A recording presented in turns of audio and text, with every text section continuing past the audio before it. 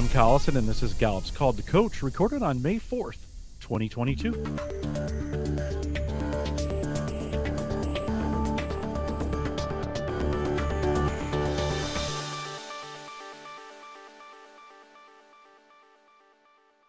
Call to Coach is a resource for those who want to help others discover and use their strengths. We have Gallup experts and independent strengths coaches share tactics, insights, and strategies to help coaches maximize the talent of individuals, teams, and organizations around the world. If you're listening live on our live page, gallup.com/CliftonStrengths/live, and you want to join us in the chat, there's a link right above me there. It'll take you to the YouTube page where the chat is. We'll be taking your questions live today. That'll be super important. We'd love to have your questions.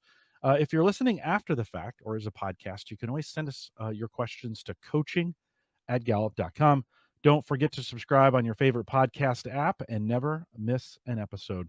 Rosann Santos is our host, is our guest today. Rosann's professional background spans 25 years in the higher education space, public speaking, and private coaching. Her higher education experience is diverse and includes alumni relations and fundraising, enrollment management, student affairs, and assessments, first-generation students, residents, and student life. It sounds like, Rosann, you've been pretty busy. She's also been an adjunct professor in Latin American history and is a Gallup certified strengths coach. Her top five include Woo, Includer, Communication, Ideation, and Arranger. Rosann, thanks for coming on Call to Coach. Great to have you. Thank you for having me. I'm excited to be here with you today. Well, we are so glad you're here. Let's get to know you a little bit. What's give us nobody likes to hear me read the bio. So how about we hear it kind of from you? Give us a little bit about your background. Sure. So I am born and raised New Yorker from the Bronx, and my parents are immigrants from the Dominican Republic, but I was born here, grew up in a bilingual household. And if you listen to my mother say it, she says I've been talking since I was 2 and I haven't stopped yet. So hence communication, hence Woo, hence Includer, and all of those great strengths that I love, and actually have started to monetize a bit with my coaching skills and my public speaking skills. I've been in higher ed, as you said, over 20 years, all in New York State. And it's been a great, great ride. I love my work. I love working with students of all ages and backgrounds. And it's just been a really, really satisfying type of work to see people really change their lives, their social standing, their quality of life just with 4 years of an education. It's so meaningful. And Yeah, I love the college space. It's an area I worked in with internships, and I just love that age. And it's a great opportunity to work with students. And they have so many fresh ideas. They haven't been beaten down quite yet, in some cases, from the culture, and they're excited about the future. So it's always a great place to be. Tell us a little bit about, you've been a certified coach for a while, and tell us about how do you use, just give us a sneak peek in how you're using the Clifton Strengths framework in some of your coaching. as first of all, I don't even meet with them until they do the assessment. I send them the code, they do the assessment, and our very first meeting is always trying to introduce them to their strengths, what surprised them, and if they weren't surprised, how are they using those strengths? What are the ones that are really creating yearning, right? And that's really how I get started. I really talk about the importance of viewing yourself and others from a strengths-based lens, hence the assessment, versus viewing yourself and others from a deficit lens. And I think that line alone, when people get it, it really can change the dynamic of a room, of a meeting, of a relationship. When you're looking at people from their strengths, like, oh my God, they're really just disciplined. They're not controllers, right? It just changes the aura and the feeling about when that person walks in the room. Tell us a little bit about your experience with Clifton Strengths and diversity as we think about working with diverse audiences. How has that experience been for you? Just not from a surface level, just as we give folks some context here. Can you give me a little insight to that? Yeah, well, I have to admit that from my experience from a DEI space, it's challenging. It's challenging to tell someone it's important for you to view the world from a place of strength. instead of deficits when they have been beat down. It could be anything. It's not just race and gender. It can be ability, disability. It can be skill set. It could be GED versus Ivy League. Mhm. And it's really hard to ask someone to view others from a strengths lens instead of a deficit lens, and to understand where they're coming from when no one has done that for them. So it can be very challenging. So I like to start really with just, okay, so then let's just start with ourselves. I know what I don't like about myself. I look at myself in the mirror. I know what's in the wrong place, but that's irrelevant. I need to be able to walk out of this house every day and understand that I have even more to be appreciative, even more importantly, my strengths are what show through, not what's wrong with me. So go Mhm. ahead, look at yourself for 5 seconds in the day, get it out of the way, and then bring those strengths in and let that fuel your day, because it's much more refreshing. Well, I'm a woo, like it or not, I'm coming. I'm Mhm. coming into that room. I'm, high extrovert. And in places where folks might be like, it's a little bit too much, I really lean into it and show how that has allowed to be successful. Mhm. For the minority who may be chasing the majority, right? In the sense of they've got to work extra hard for opportunities. They've always felt like maybe it was twice as much work. Did they, and you say those, does it take extra time to convince them, or in that process, because it's there's some inherent difficulties going in Mhm. coaching to that, in those difficulties. Yeah. How do you approach that, or do you approach it differently? So I think everyone is a little bit different. But that being said, when you're talking about people of color, particularly the Black community and the Hispanic community, these are folks who have been coached all their lives to be two, three, four times as good as everyone else. And, I was trying to think, what example can I use to really bring the point home? And I can't get away from the Supreme Court hearings with Ketanji Jackson Brown, the kinds of questions that she was being asked Mhm. versus other Supreme Court justices about what are her LSAT scores. Like, really? You've made it this far and people want to know your LSAT scores from 30 years ago? It's probably not even the same test, Mhm. right? She was asked, well, what's your definition of a woman? Okay. She was asked, do you think more or less murderers should be incarcerated? And I'm reading the transcripts and I'm like, I can't believe that these educated folks are asking these kinds of questions. But I think it goes to that point.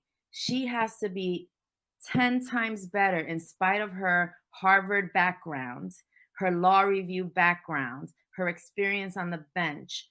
And I'm sure she was coached that way. So, how do you then take a client who has been told his or her whole life, you have to be 10 times better? I'm being 10 times better and I'm still experiencing X at work or X in the classroom, right? So, I think the Mhm. main thing that I have to do is listen. Never turn down what someone says to you and say, oh, they don't really mean it that way. It could be that you're misinterpreting. You never want to do that, because for all you know, while you're getting to know this person, you may not know yet that they've experienced this at every industry they've been in or every company. So it might be the first time at this company, but it's like that straw that broke the back, right? Mhm. So it's really important to listen with empathy, and then take that empathy and then ask the questions. I think it's really important that you have a balance of the empathy and curiosity. You don't want more than one. You want a balance of the two. Well, we're not too far away from talking about you. Ken's got a good question coming out of the chat room. He says, can you give an example of how your includer instinct showed up in a DEI situation, and what did you do?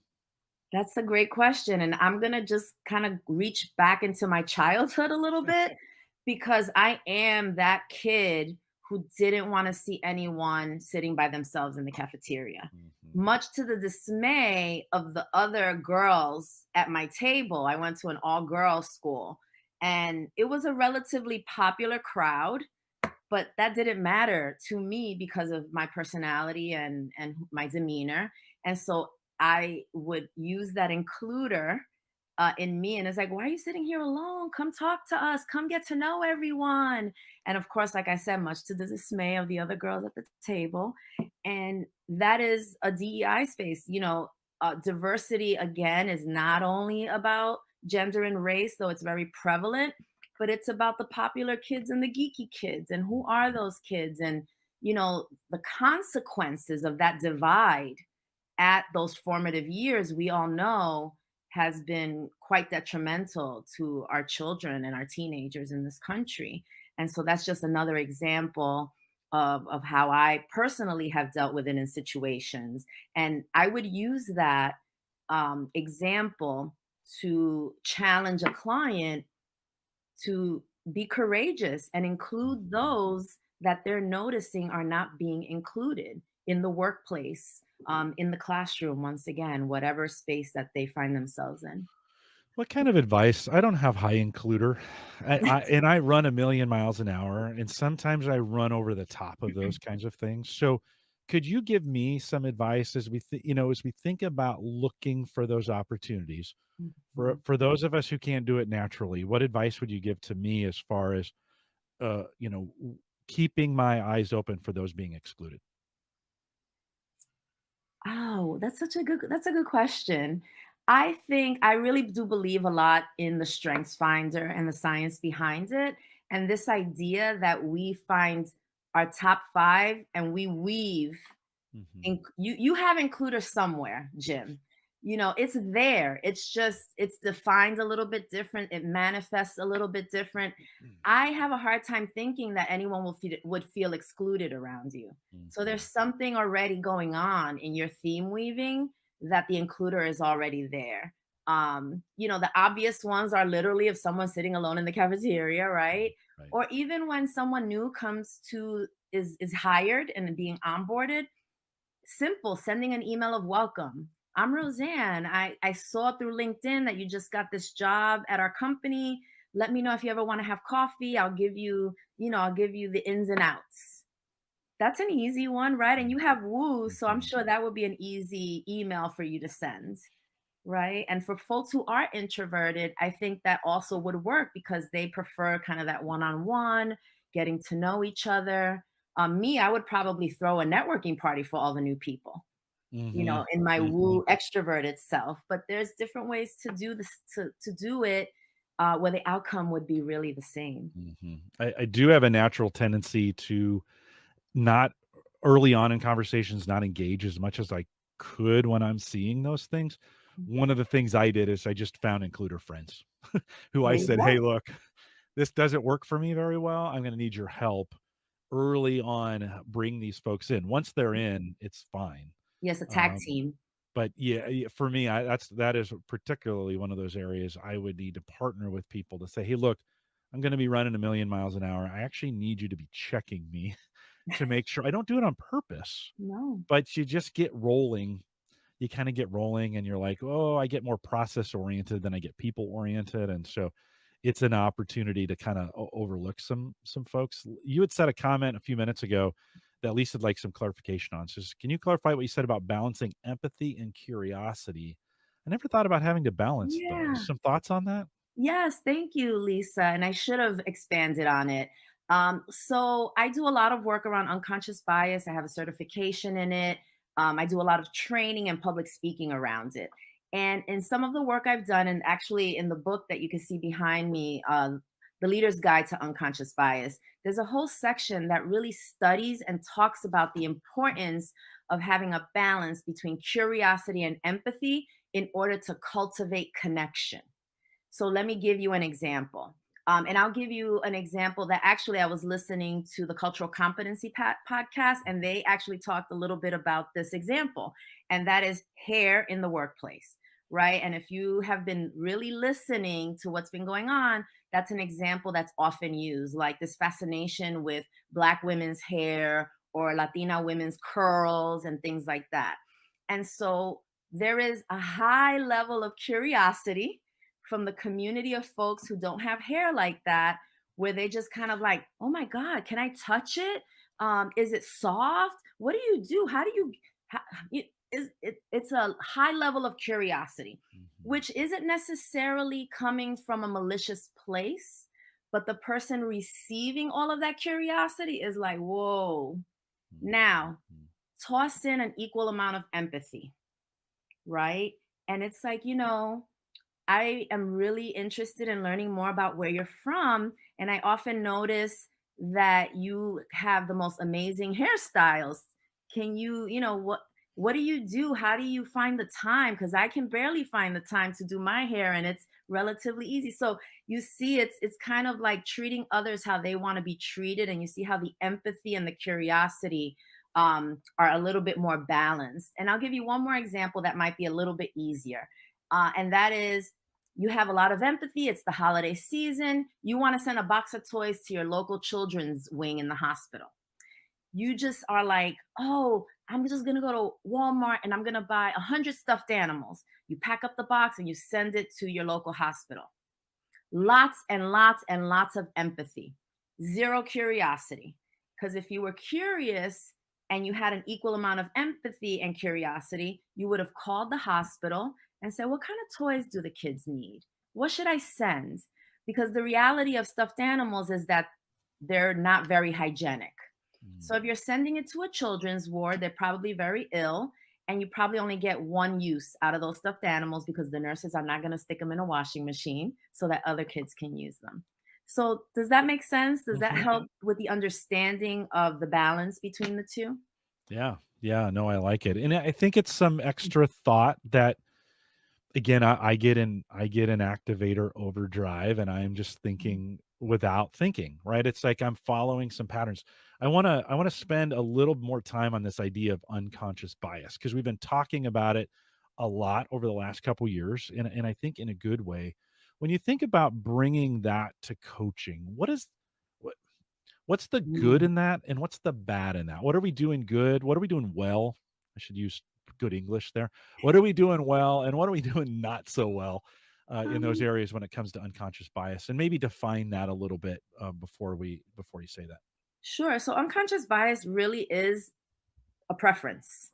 It's just preference. Mhm. We get into danger when those preferences are around issues of race and gender, um, sexual orientation, disability awareness. But it's a preference. And one of the most benign examples I like to use is left handedness. There's a preference in the world for right handedness, just because the majority of us are that. It's not necessarily malicious that I set up my desk for a right-handed person, not knowing you were coming in to use the desk as a left-handed person, right? And I'm using that simple language because I want people to understand that training around unconscious bias, coaching around unconscious bias is really not meant to shame anyone. It's really meant to meet people where they are, help them understand why these unconscious or subconscious or implicit behaviors exist, and then provide a place for personal awareness, right? Because once that awareness is clear, you can actually start to pivot and make some changes, Mhm. right? So once you know now that you're going to share a desk with a left handed person, you'll start to be a little bit more mindful so that that person can sit at the desk after you're done with it and be a little bit more at ease and ready to start their day, right? And again, a very benign example. So that's unconscious bias. And I think so. I don't know that I want to use good or bad because a lot of coaching opportunities are very private. So I don't know that coaches are bad or good. I do think that it's really, really important to accept what a client is telling us about what they're experiencing around bias, microaggressions, and not shoo it off like, oh, what could you have misunderstood? um Maybe you're just being a little too sensitive, or those are all trigger words for Mhm. folks who have been experiencing bias their whole lives. right? So I would say, again, really doing our research about who our client is demographically, not expecting the client to educate us on their historical background or ethnic background. Maybe we should do that research and be prepared for the person who's paying us, Mm, right? And then the mm, second thing I would say, when we're coaching managers and leaders, I think that's where we have a great opportunity um, to really make a difference around this idea of unconscious bias. Because I mean, Gallup wrote the book, it's the manager, right? mhm, mhm. So if we have opportunities to coach managers, leaders, people who supervise, they really need to channel their includer in wherever their theme weaving is happening, right? Because it's really important for them to be able to address any situations that come their way around bias. And it's important for them to be coached in a way that allows them to find the courage to have those hard conversations. And I would say, as coaches, that's really where we can make a difference. How does unconscious bias play in? So when we think about the two worlds of that and someone getting their top 5 or all 34 and Mhm, reading these definitions that we have, and mhm, then blending the two, and it's probably not on the bias side, but thinking more on the culture side. So I come to this top 5 language. I come to this CliftonStrengths language through the lens of my own culture, how I grew up, where I grew up, right? yeah. Talk a little bit about, because I think sometimes, and this is going to tie into Robin's question a little bit here about, if you're not a member of the marginalized community and conducting workshop for those who come from one, how would you recommend they connect with the participants? You just said kind of do a little research on that. Talk a little bit about some strategies about that viewing the top 5 through the eyes of their own culture. Certainly Mhm, I can't do that, but as a yeah. coach, how could I do that better? So it's going to sound kind of obvious, but just icebreakers and conversation around them. What does it mean to be a Latina woman with such high woo and communication? Right. And so I've grown up in this country, so it hasn't been much of an issue. But maybe in some other communities and some other immigrant um, communities, that's not such a good thing, right? It may not be. And I think it would be important to ask a group that you're doing a workshop on, how do your top 5 strengths benefit or challenge the community that you come from? I think that would be a really great way to kind of break some ice. And there are some communities where women are expected to be passive. They're like children. You speak when you're spoken to.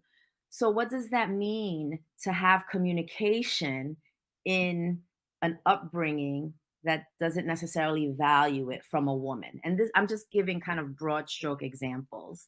And I think that might be a really intriguing way and a real way to get everyone to sit up and listen, like, oh wow, what an interesting question. And then making it a safe space, making sure people know that this is a safe space and that they can participate as they choose. They may not want to at the moment, but I think those are the types of questions that I like to really dig into, letting them define it for you, not making assumptions.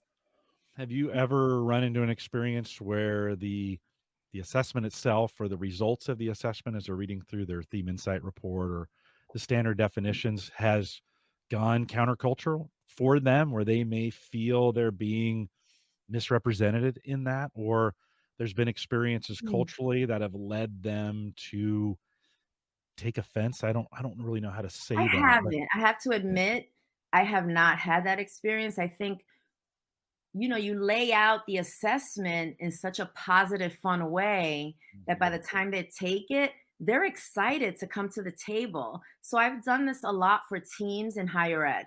So, for example, a team that works for one particular vice president or the communications team at a college. So actually, by the time they take the test, and they're dying to see the team grid, right? Because they really do want all the best. They want to know how to better understand their colleagues. Nobody wants to be grumpy at work for real. We want to know that that person is disciplined, they're a compliance person, they dot their I's and cross their T's, not that they're a controller, and they're here to make our lives miserable. No, they want to know how to better interpret the people they work with so that they can have a more harmonious place to work. So I personally have not had a negative experience, quite the opposite. People are really fascinated.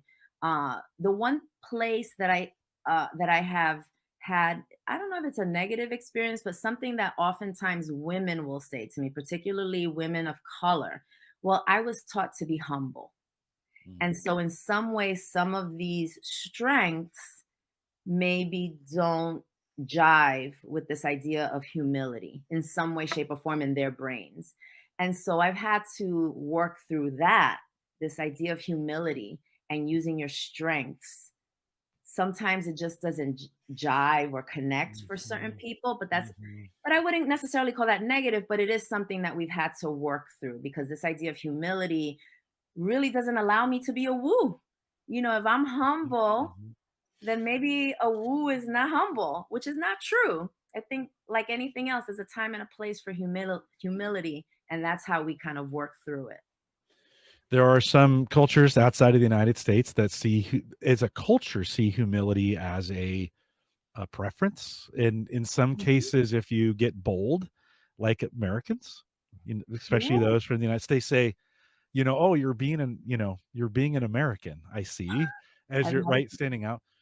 And so you Mhm. can see those even you can I think you can even see some of that through the frame of culture, seeing woo through the culture of humility and Yeah, and saying, that's "No, an unconscious bias. yeah, exactly." I mean, and I think it's that place to really talk through then. I think it gives us the ability to kind of have some conversation. Speaking of conversation, Lisa's calling you out a little bit. She says these examples are really gentle, Roseanne. She says, is Roseanne giving us gentle examples because of this context? Because you're on Call to Coach. And when do you lean in and be direct about bias? That's a great question. I probably a little bit of both. I want to introduce bias in a way that doesn't turn people off. So that's very important to me. And it's some very different conversation if you want to talk about anti-racism. They're very different. And I think another thing, I'm going to keep referencing the book, The Leader's Guide to Unconscious Bias. One of the things that I learned from that study and that work is that boldness in bias and addressing bias really depends on where you are in the system. So there's careful courage and there's bold courage. So where are you in the system and which one of those can you choose? So again, let's go back to, okay, I'll be a little bolder in my example. So if I am experiencing microaggressions at work and I go to Jim, he's a white man, and I'm like, Jim, I had a I want to talk through this experience with you. And I think this experience was both sexist and racist, right? And so I could potentially take the courage to address it and confront the person, but what if that person is higher up in the hierarchy and I can't afford to lose my job and maybe this person will retaliate?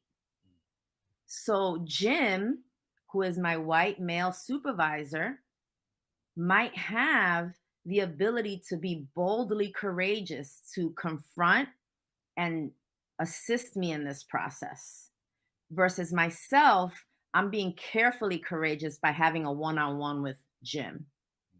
So it depends on where you are, right? Do you have tenure or did you just walk in the door 5 minutes ago? And it's all very this takes work.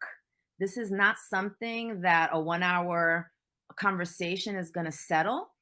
And I think we have to give ourselves a little bit of grace. We have to give others grace, which is much harder to do, especially like I said, if you've been experiencing these microaggressions throughout your entire career, or if you've been experiencing sexual harassment for many years. I've experienced sexual harassment, but it was just myself and the gentleman who owns the store. who was I going to address it to? I had to quit, Mhm. and this was something that happened, which was also an ageist issue. I was only 19 years old, right? So I felt powerless. And I just essentially made a decision to quit. What else could I do? I wasn't going to sit there for that abuse. And I certainly wasn't going to allow it to get to a place where it could be dangerous for me. And so I just had to find another job. So I did not, I couldn't be boldly courageous there because it Mhm. was just two of us in the office and I Mhm. was the odd man out or the odd woman out in this case. Mhm. So that's a really Mhm. serious situation where I couldn't address the bias or the discrimination in a way where I was going to feel safe no matter what I do. Sure. Sure. Coaching diversity in the college setting versus coaching diversity in the enterprise or in Yeah. business or whatever, executive teams. Mhm. How is that different? Yeah. In if I'm a coach in that, what kind of advice would you give me? Because neither are easy, but talk a little No. bit about that. So I don't think there's that much of a difference. I'm going to go on a limb and say higher ed is very much a high level corporation in the nonprofit world, as oxymoronic as that might sound. If you're in a higher ed has its own C suite. You have a president, you have vice presidents, you have deans, you have provosts. That's our version of a C suite. And there's nothing about higher ed, though higher ed might think they're above it. These things happen in the higher ed space just as they happen in the corporate space. The only My experiences are that the only difference is I have worked at many institutions that are unionized. So no matter what you feel about union politics, there is a level of protection there. I don't know if that's the same for all corporations. There is some, I know that oftentimes facilities folks and like custodial folks may be unionized. And I would say that's where some of the differences I personally have experienced are. Some of my colleagues can be very bold because they're in the union and or they have tenure, versus corporate is like you're there at the pleasure of, right? I can just fire you for cause. And that may not be as easy in a higher ed space because you have students, and students, when they love someone, they will go to bat, they will protest, they will walk out of class for those people. And I'm not so sure that that happens in the corporate space. So if you're talking about moving up in higher ed and coaching people who are in the staff space, I don't think it's necessary to approach it that much differently than the corporate space. If you're talking about training faculty and staff about bias towards students, because if you have 15,000 students at a school, who knows what you're going to, it's like a box of chocolates, right? You never know what you're going to get. You have to know as an administrator, frontline and behind the scenes, as a faculty member in the classroom, you have to know how to work with and be unbiased toward your students. The LGBT plus community is a perfect example. The transgender community, perfect example. If we really care about higher ed and the education of our kids, I know they're not kids, but if we really care about moving the needle in getting folks to a place in their financial lives with degrees, I mean, degrees make such a difference, then learn to speak to the LGBTQ plus community. And don't wait for them to teach you. Let's do a little research. Let's get a little training. What do our LGBTQ plus students or staff need from us as leaders so that they feel like they belong? Do you think in the corporate space, um, where leadership and I think sometimes I'm as we've been thinking through this the last couple of years, I've been thinking it through from a global perspective. Here in the United States, we have a microcosm, and we kind of think it's only happening here in the U.S. And every country around the world has some form of Mm, minority majority battle that goes on. As we think about coaching, maybe where an executive team may be in the privileged or in the majority space, in the minority space are the workers, and those two working together from a strengths perspective. What kind of advice can you give both ways, helping those groups really come together and work together? I think it always is going to come back to those who are managing the minority group. If you're the manager and you have power over whether those folks can work there and get a paycheck, then I believe the onus falls on that group to really be trained to understand who is the demographic that is their staff, right? Some industries have a large number of frontline workers that are from a particular demographic, a particular race, a particular gender. And so it is really the responsibility of those managers, those supervisors, those leaders to understand who they're supervising and then to provide those folks with the safe space to say, hey, this happened. We need to talk about it as a team so that it doesn't happen again and so that there are learning opportunities here. And so that when people come in and are onboarded, they don't hear about the skeletons that they want to stay here.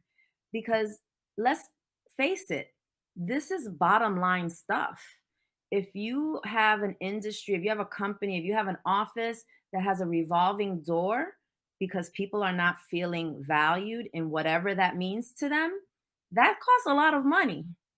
HR folks will tell you that onboarding someone and then having them quit within 12 months because they were harassed or they felt they were dealing with microaggressions.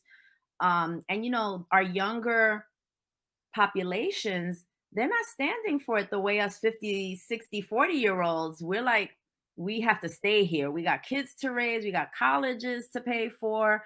Our young 20 somethings, well, I know I'm better than this. I'll leave. And they're right.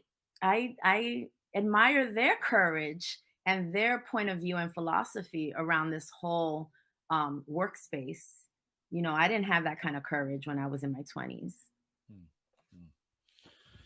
Lisa asked a good question out there, and I'm going to kind of phrase it in two ways. She says, I'm very excited about the leadership guide to unconscious bias. It's hard for me to find leadership books that are written by people other than white men. And that's very true. When you start to Mm, look at that, especially in the LinkedIn space, we've become, LinkedIn has kind of become a big self-help culture and influencing culture, right? And it is dominated by, right. I mean, as you think of the names, and I'm not going to name them off, but as we just think about that, how do we, in coaching in particular, how do we keep from falling down that trap of the path of least resistance? It's super easy because insert the name of this author who's been super popular with these quippy little Mhm. sayings that we have, right? How do we break out of that mold, do you think? And let's use the coaching community maybe as our micro community to be more, to give other authors an opportunity to have that same space, that same credibility in that space. Well, I would say use your network. Mhm. What kind of do a network audit? Again, something that I learned from the leader's guide to unconscious bias. What does a network audit look like? I'm going to date myself here. Who's in your Rolodex? Right? Who's in your Rolodex? Is everybody, who are the 10 people that you go to the most? Do they look like you? Do they sound like you? Is their hair like yours? Do they live in the same zip code? And if they do, what can you do to step out of that? And let me tell you, I have been guilty of it, right? I have been my mentors, my closest confidants, they look like me. And I think there's nothing wrong with that. I'm not getting rid of them because being in spaces where there's not many of us, you do need those folks in your life. But I have done a lot of work in stepping out of that because of my ambitions, right? I want to do certain things where people who look like me are not in that space. So I have to be courageous and I have to lean into networking to meet people like Jim, right? To meet people like you to get a voice, to get a space, to figure it out, to be introduced to other people outside of my realm. And I think it is such a great exercise. Who are the 10 people who come to you? Right? Who comes to you for everything? Who are you mentoring? The people you're mentoring, do they look like you? How can you diversify the pipeline if you're the CEO or if you're a manager and you have hiring privileges? because hiring folks is a privilege. If you're a recruiter, where are you going to recruit? Are you going to the HBCUs and the HSIs, Hispanic Serving Institutions, or are you only going to Harvard and Yale? Are you going to community colleges? Are you going to veteran centers? So all of this, lean into your strengths and figure out which one of those strengths can really help you diversify your spaces. And I would say all 34 of them have the potential to do that, right? Because that's what our strengths are. We lean into them and they help us with other areas where there might be some gaps or tag team with someone, right?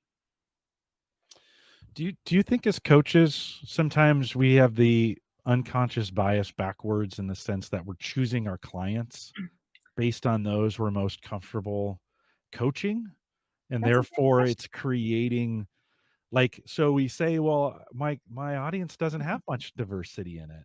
Well, could that be because Mhm. we're unconsciously choosing customers that look like us? What do you think about that?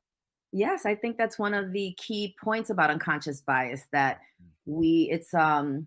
it's called in-group bias, in-group and out-group bias, right? We live in communities, our family members, unless you come from a family of like adopted children, really we look like everybody in our household, right? If you have siblings who are from the same parents and things like that, um, that's very, very possible. But I would say it's really that clients are looking for people, coaches who look like Mm, them.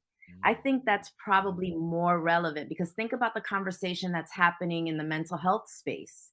There's a lot of conversation about how there aren't a lot of Black therapists and psychiatrists out there because Black folk are looking for Black psychiatrists, Black therapists, Latino therapists, Asian, and they're not finding them. So I think the other way around is probably a little bit more prevalent.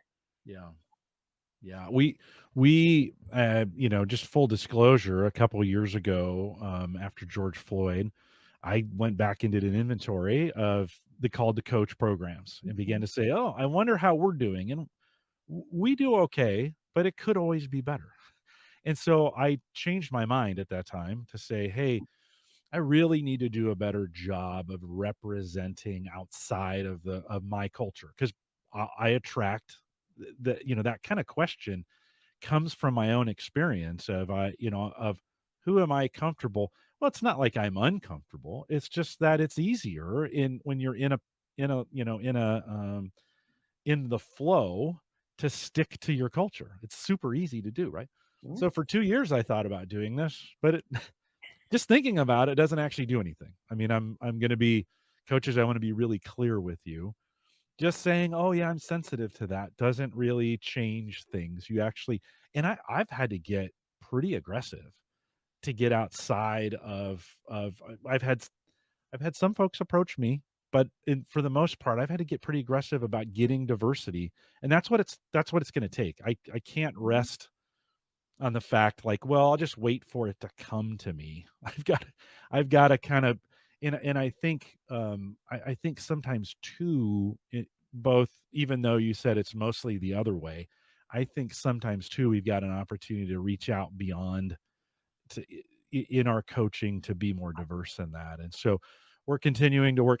We got a long way to go, and it's a tough it's easy saying it. And I'm just saying it from experience. It's easy to say it and have empathy for it. It's really hard to do it because you're like the path of least resistance isn't always the road to diversity.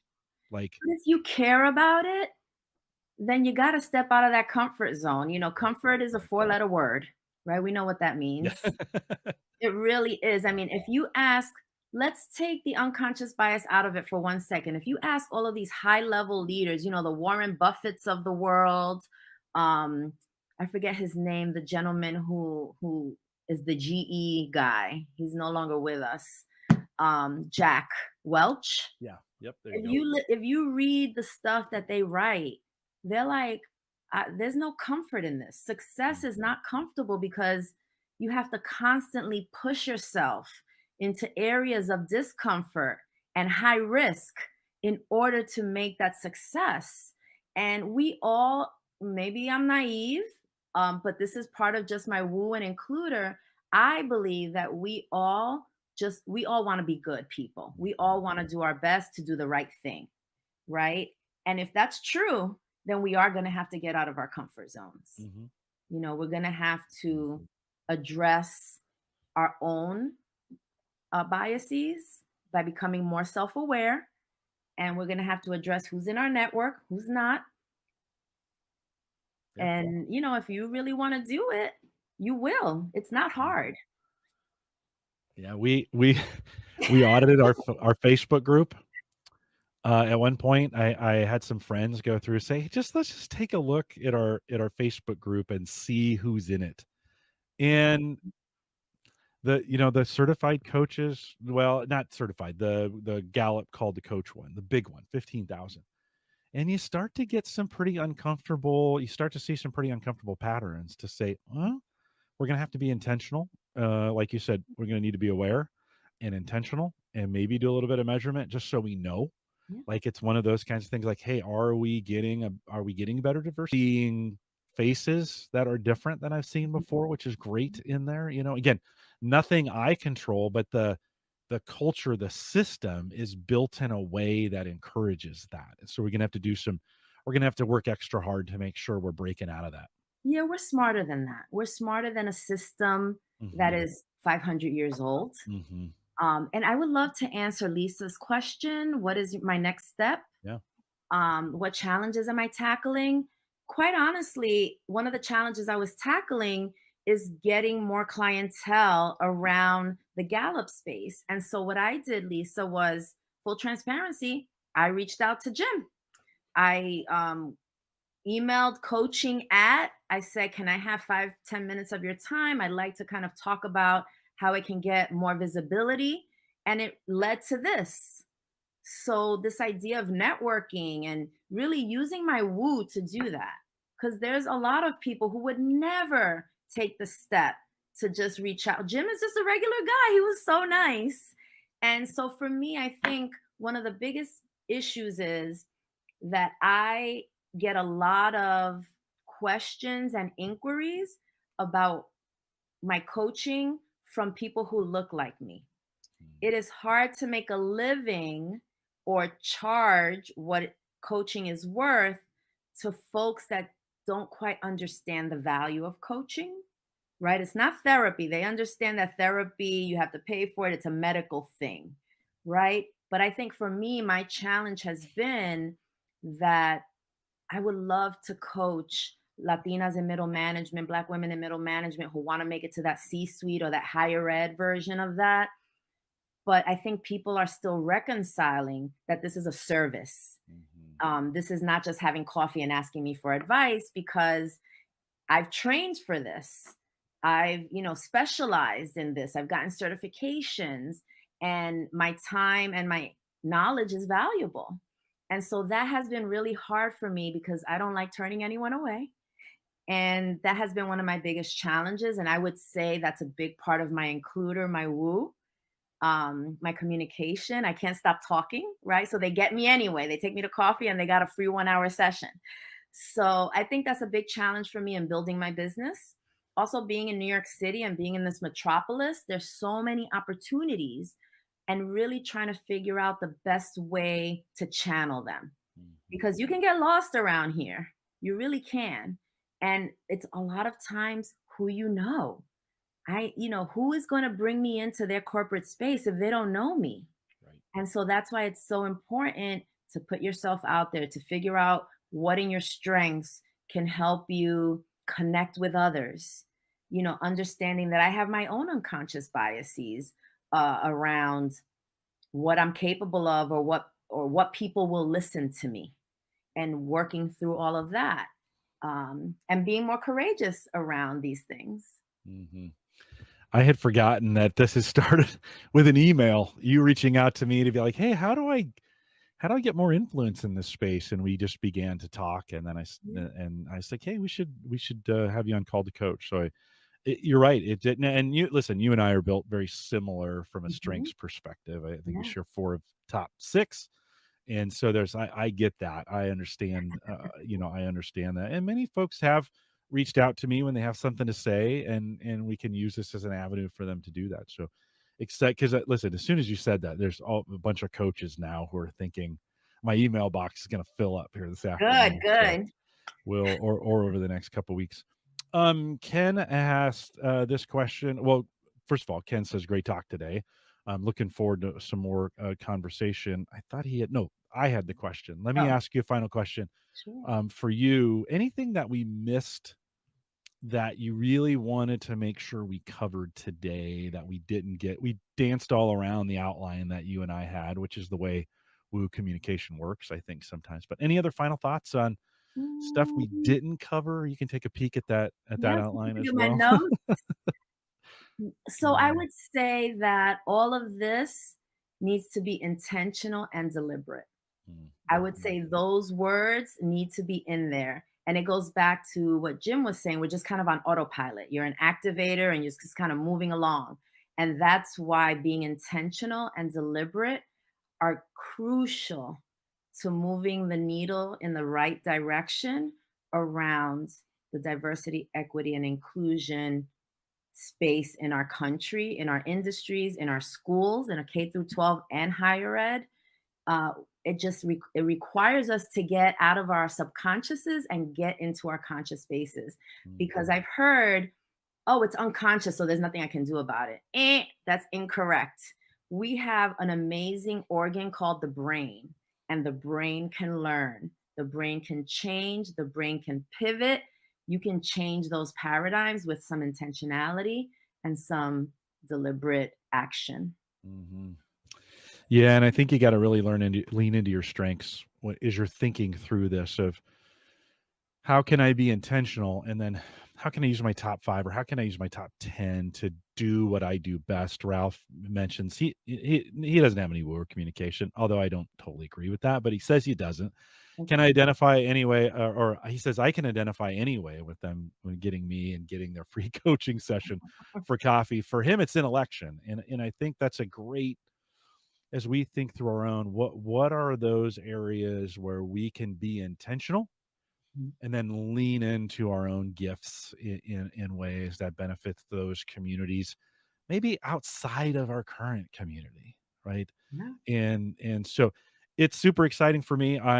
You're a little bit of this intentionality for me of just saying, hey, when people ask me and they're outside my circles, my circle of influence, I have to say yes. Like I have to just say yes and then make it happen, right? Yeah. Do the same things that, to, like you're saying, to be intentional. So um well, I appreciate it. Any other, I don't want to cut you off, but any Well, other, I okay, I think that's a, appreciate you being intentional and inviting me here today to have a voice. And I look forward to seeing how all of it develops.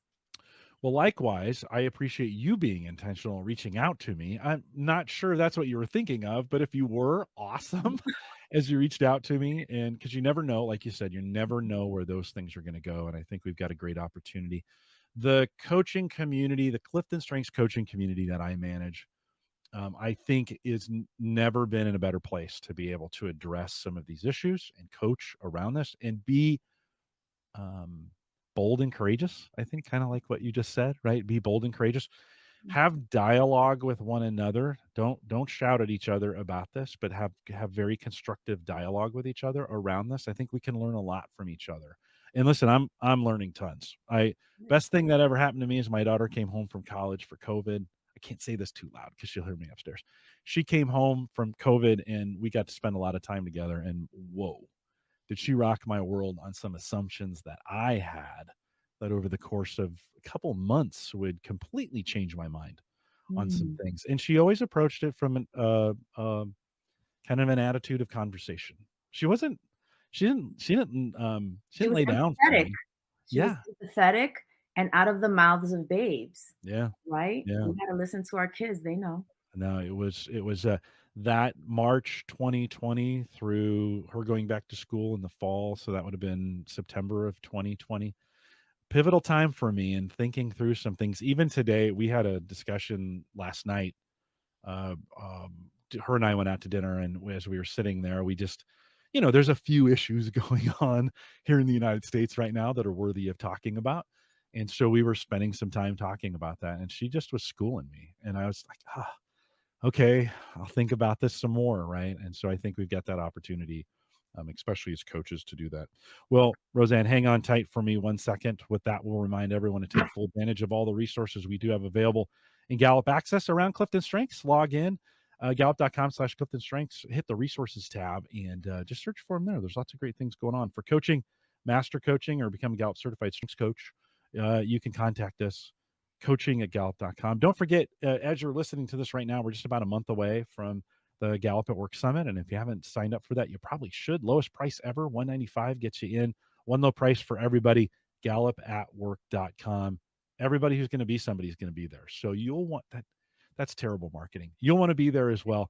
Gallupatwork.com. You can find us on Facebook, facebook.com/group/called-to-coach, and any social platform just by searching Clifton Strengths. We want to thank you for joining us today. Thanks for those who in the chat room who came out. Rosann, thank you for doing this as well. With that, we'll say goodbye, everybody.